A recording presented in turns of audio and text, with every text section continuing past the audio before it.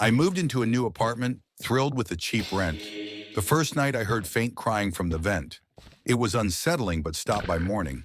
Each night the crying returned, louder and more desperate. I asked the landlord, who dismissed it as old pipes. One night I couldn't take it anymore. I pried open the vent. Inside I found a tattered diary. The last entry read, "He's locked me in here. If someone finds this, please help." The crying stopped. Now every night I hear scratching from inside my walls.